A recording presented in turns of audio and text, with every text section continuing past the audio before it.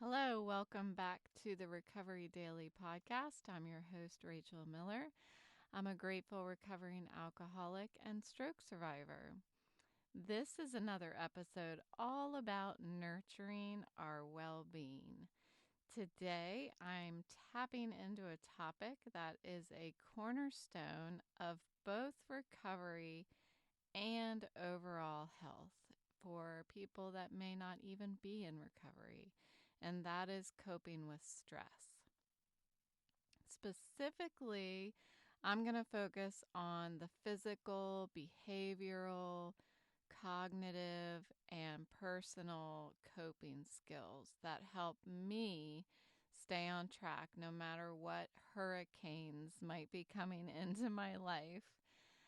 I've been experiencing some unexpected sudden stress in my life due to life.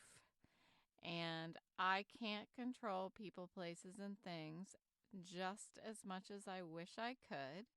So I want to talk about what I do with that and what can one do to stay healthy during massive, sudden, stressful shifts in their life. So, here we go.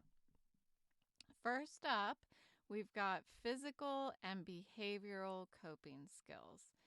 These are the actions that we take to care for ourselves and maintain our health. And I'm talking about getting active, like doing yoga, doing my stretching before bed, eating well, and getting plenty of rest. So we need to treat our bodies kindly. And a lot of times in the podcast, I'm talking about mentally, emotionally treating myself kindly, talking about mental health issues.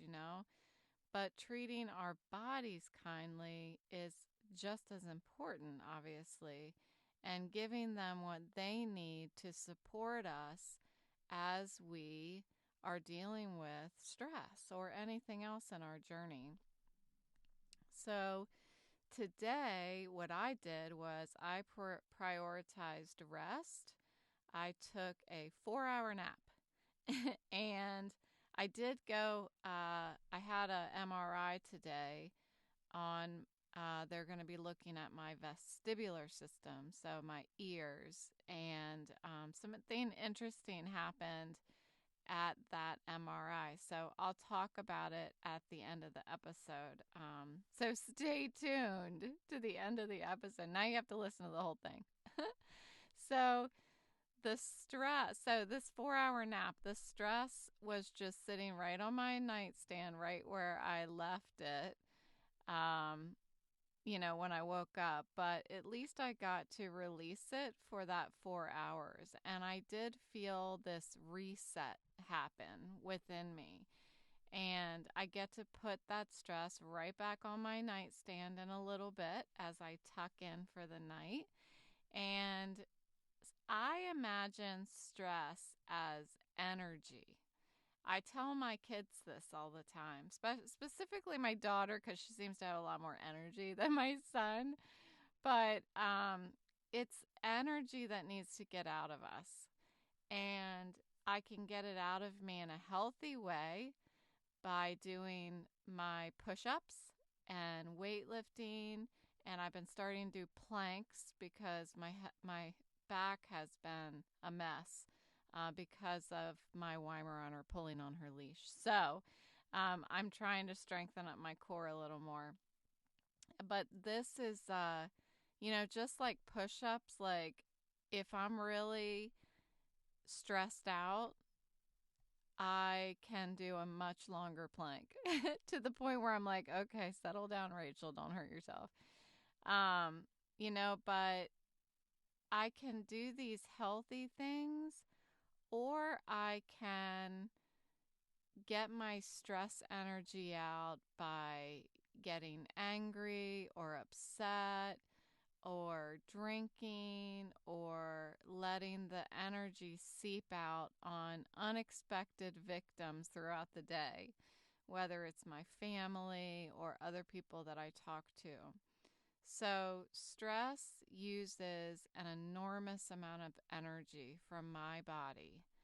And that energy I needed, in order to keep healing, because no matter what's happening in my life, I'm still recovering. I've still got all of these head symptoms, and I'm also still an alcoholic.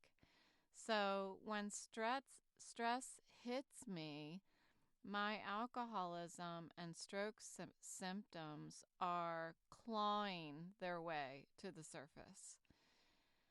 I have to burn that energy off, focus my mind on creative things here and there, like to take mental breaks, and then rest my whole entire system, mental, physical, emotional, spiritual. I just have to stop. And that's where my nap comes in. So I feel like physical activity is also like a reset button for my mind and my body. It clears my head. I feel just like a slight ease in my tension. Like physically, I feel my muscles loosen because they're getting warmer. That's what I try to picture all of this stuff. Like, what are these push-ups doing? I like push-ups because a lot of time I carry a lot of my stress in my shoulders and my neck. And when I do these push-ups, it warms up that part of me. And it just kind of, when I warm it up a little bit, then I stretch really slow. And it just kind of loosens everything, and it drains a lot of that stress energy for me. So I aim for some sort of physical outlet each day. And for me, it really transforms my mood and my outlook. When I brush my teeth, I'm usually stressed. If I'm dealing with something stressful, I'm stressed. I'm brushing my teeth. There's nothing else to think about but what's going on. And then after I'm done brushing my teeth, I and doing whatever else I need to do before I'm going to go to bed, I will then go and lay on the floor beside my bed. And the time between finishing brushing my teeth and crawling into my bed, there is a gigantic transformation that happens in my mood and my outlook. It happens every time. Um, and I don't do my push-ups every day. I do them every other day. And the weightlifting, and I do the plank every day, but and I do stretching every day. And it's really about 5 to 10 minutes, really. And just that 5 to 10 minutes helps me immensely to relax and unwind myself, like physically unwind those muscles and tension. It's a simple, relaxing way to connect with my body, to pull my thoughts down from out of my head and through the parts of my body, and breathe deeply and let go of the tension in each of these areas. I took a class in college. It was a modern dance class. And I'll save you from the gory details of that. But one of the things we did one day was we got to just lay down on the floor, and he did the body scan thing. That's very well known now. Like a lot of the meditation, on Calm and stuff, they do this body scan. Well, this was before that. Before this was like regularly practiced, you could access it on the internet and stuff like that. This is before people had phones in their pockets. So anyway, I think of that a lot throughout my life, as that, because it was my introduction to what it feels like to really hone in on each part of your body and release the stress in that body part, whether it's, your freaking ankles or in something more that you more feel that stress exist in, like your shoulders. So, when I'm doing my stretching at night, I close my eyes, I stretch, I breathe slow, like deep meditative breaths, and I really do feel the tension just melt away before I crawl under my blankets. If there's anything left, guess what I do with it? I stick it on my nightstand like I learned in my sobriety program. I have this mental exercise where I'm putting it on my nightstand and it's going to stay there. It's not allowed to go to sleep with me because that would be awkward. I don't want it in my bed with me, right? I want it just sitting on my nightstand, and I'll pick it back up. It's not going anywhere. I'll pick it back up when I get up in the morning. So relaxation exercises like that deep breathing are super effective for calming my mind. When I go to bed, so after I get in the bed, a lot of times I'll listen to the Calm app, particularly Tamara's Daily Calm. Um, but sometimes I'll listen to a sleep story depending on what it is. There are some of the sleep stories that I don't care for. Um, but if I don't listen to anything, I will do the 4-4-6 deep breathing exercise. And I've talked about it previously, where you count to 4 breathing in, and then count to 4 holding the breath at the top, and then count to 8 as you exhale. And usually this works to slow my mind down after only 2 cycles. Sometimes I'll have to do it for about 10 minutes, but that's not normal. It really, really works for me. So think about doing it. So now over to diet. What about diet? Our bodies run on the fuel that we put in it. And if I don't eat, I'm using energy that I don't have any excess of. And that energy is what I need for my brain to heal. So, a balanced diet with minimally processed foods makes a world of difference for me. And my boyfriend has been really helping, really excited about trying to eliminate as much processed food as possible. We're still doing it. We still have processed food every now and then. It's still vegan, but it's few and far between that we'll eat something that's processed. And since I've gone vegan, I actually feel energized when I eat, rather than needing to take a nap and having the energy just sloth out of me like I usually do if I have like a big, gigantic, heavy meal, turkey, mashed potatoes, stuffing, that kind of thing. We're having a lot of these power bowls and stuff, and it really feels like my tank is getting full when I eat, which is interesting. I've never felt that way before. I've always been tired after I eat, and now it's the opposite. I feel like I get this boost of energy. So, with sudden stress that I'm managing in my private life, and for you listeners, it doesn't matter what it is. It could be anything for any of us, the sudden stress that happens to us. It could be at work, it could be in our family, it could be our friends, it could be anything, our pets, our partners, like anything. So it doesn't matter what I'm stressed about right now. What matters is how to manage it. And, what's the first thing that happened to me when this stress unfolded in my life a couple days ago, I stopped eating. That's what happens to me. I stop eating.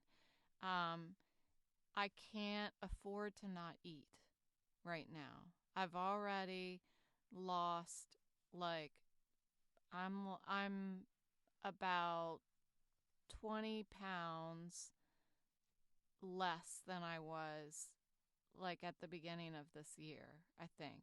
I think it's 20. It might be 15 pounds. And I just can't afford that. I I have to figure out and do the work to manage my stress as quickly and efficiently and healthy as possible in order to make sure that I am eating enough. Um, so my boyfriend and I have prioritized my caloric intake and making sure that it's not processed food, and then rest. So eating and resting, that's my focus over the past 48 hours. And, there are several episodes where I've said that I'm tired of napping, and that's totally off the table right now. All I want to do is sleep now.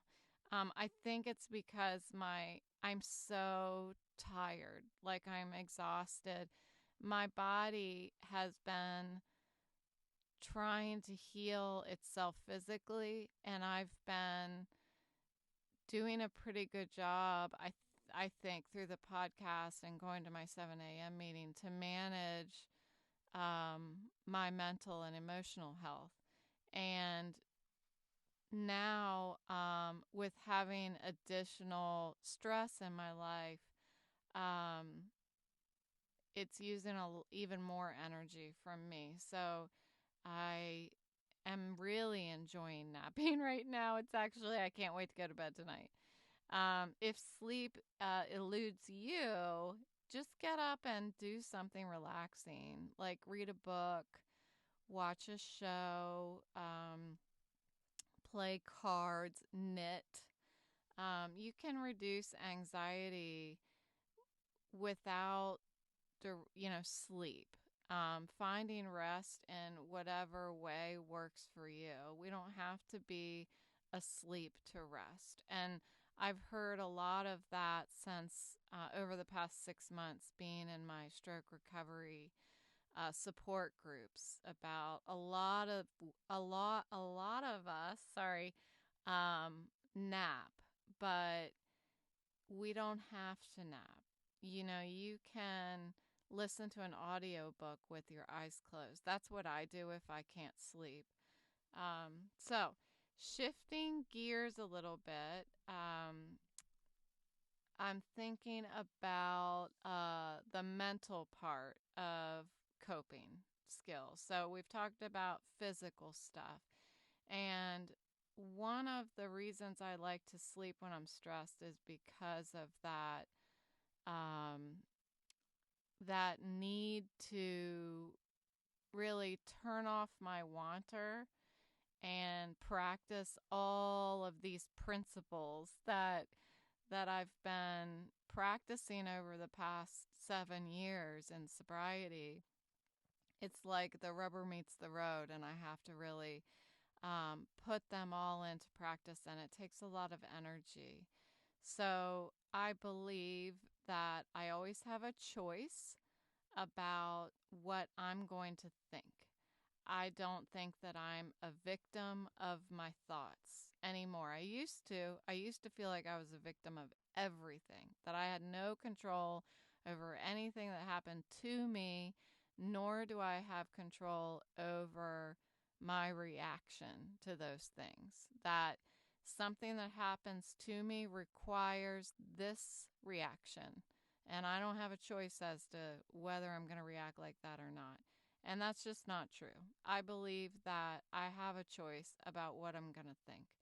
I can think my way into combating negative thoughts of stress,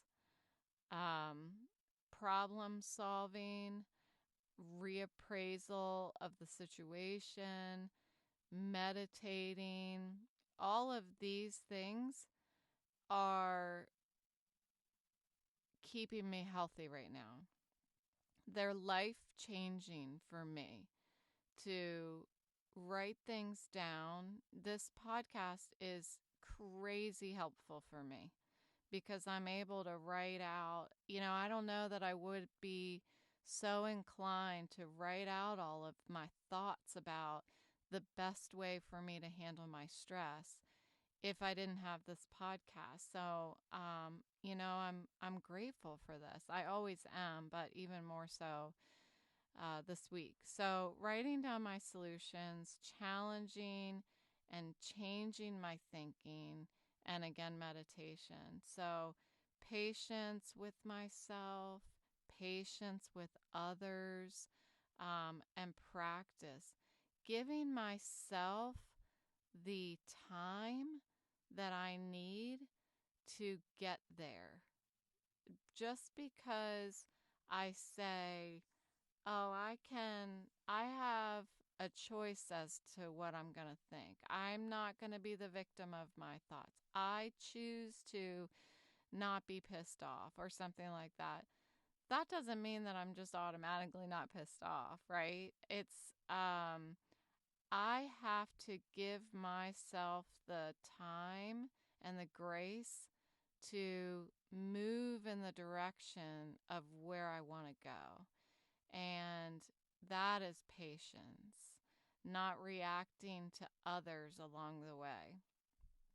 And I have had a couple panic attacks over the past couple days. And what that feels like to me is that my heart skips a beat and I feel like pressure in my neck. I've always felt this way when I get stressed out. I haven't felt a panic attack a lot over the past, I've had it a couple times over the past 6 months. Nothing to speak of because I know that these feelings won't kill me like I used to back when I was drinking. I thought that I was going to die. But I don't really feel these a lot right now.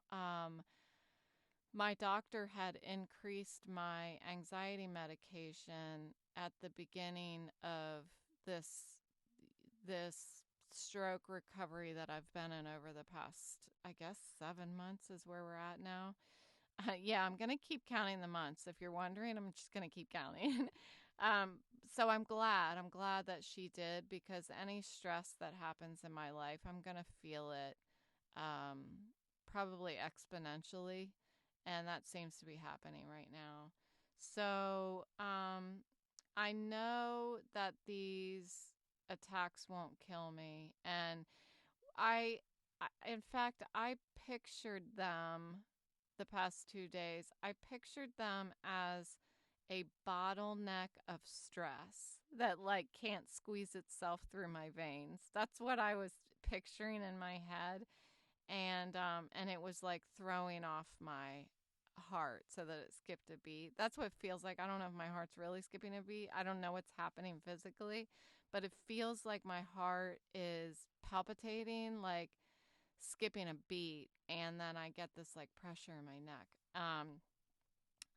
I do whatever I can. If that means I have to picture my body as a bottle and and it's getting a bottleneck of pressure, then that's what I'm going to do. Sometimes I just make shit up to get through the moment, and that's really what I've been doing over the past couple days. So last but not least, spending time with my loved ones, talking to my loved ones seems to eliminate a lot of that energy, the pressure that builds up, the stress pressure that builds up in my head. Like my head seems like it starts spinning.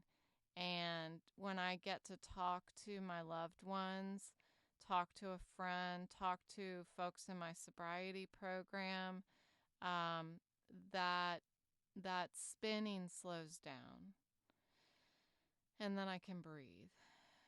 So also, exploring my spirituality. I have been not praying as much as I know that I'm told to. Like in the program, folks always say, "Have you prayed about it?" And I don't. It's not a reaction. It's not an automatic reaction for me to when I am going through something to pray. I it's been a lot of work for me to find those times that I set aside for prayer because that's not natural for me. But if I keep practicing turning to prayer, I'm sure that it will become more of an automatic reaction, but I'm not there yet. So I haven't probably done that as much as my sponsor would recommend. Um, but I have. I mean, probably one, maybe twice over the past couple days. Indulging in hobbies, I haven't done that yet either. I've been doing a lot of sitting and staring, and that's good for my head. I think that's probably what my head has needed to rest, not so much to start focusing in on something that requires my vision. And one thing that has helped over the past couple days is that it snowed, and I get to go out and walk my dogs out there and to just look down at my furry boots and listen and see them crunch in the snow. I'm not, of course, walking around real fast. I'm just kind of uh, slowly, I don't know, gliding around in the snow and the grass across from my house. And there are places where the snow hasn't been walked on yet, and that's my favorite. That never gets old. I don't care how old I get, I love to walk in fresh fallen snow.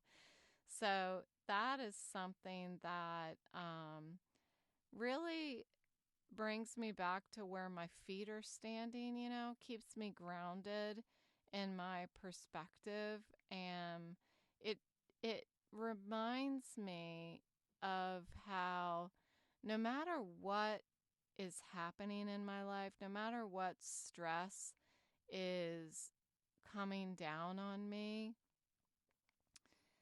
that I'm still right where I'm standing. And that has not changed. So it helps me to see what is actually changing in my life from this stress. And there are times when I'm standing out in the snow and I take a step in a freshly fallen snow area, and I feel very much like absolutely nothing has changed in my life, no matter what the stressor is. So as I mentioned yesterday, I don't have a choice to do the work. I have a choice to do a lot of things, but I don't have a choice as to whether or not I'm going to put the work in to manage this stress, because I can't hold on to stress, anger, resentments. Any of these things could lead me to a drink. And for me to drink is to die. And I'm not going to let people, places, and things steal my serenity. One thing I heard early on in sobriety was that nobody can take your serenity from you. It's your choice to hand it over to them if you choose to do so. And you don't have to. I can choose to keep it. And that's what I'm going to do today. So before I wrap up, I want to just provide the reminder, because I haven't really said this yet, that coping skills are absolutely personal, and what works for me might not work for another, and that's okay. I really just wanted to talk about what it feels like for me. That's what I do here. I share what works for me, and if it resonates with anybody, then that's great. So find what fits in your life and helps you manage stress. Thanks for joining me today as I explore how I cope with stress. And I hope that you're feeling somewhat inspired to try some of these out and see what feels right for you. So, as always, take care of yourself. And today I'm reminded that every step forward for me is a step towards a happier and healthier future self. So, thanks for listening, and I'll talk to you tomorrow.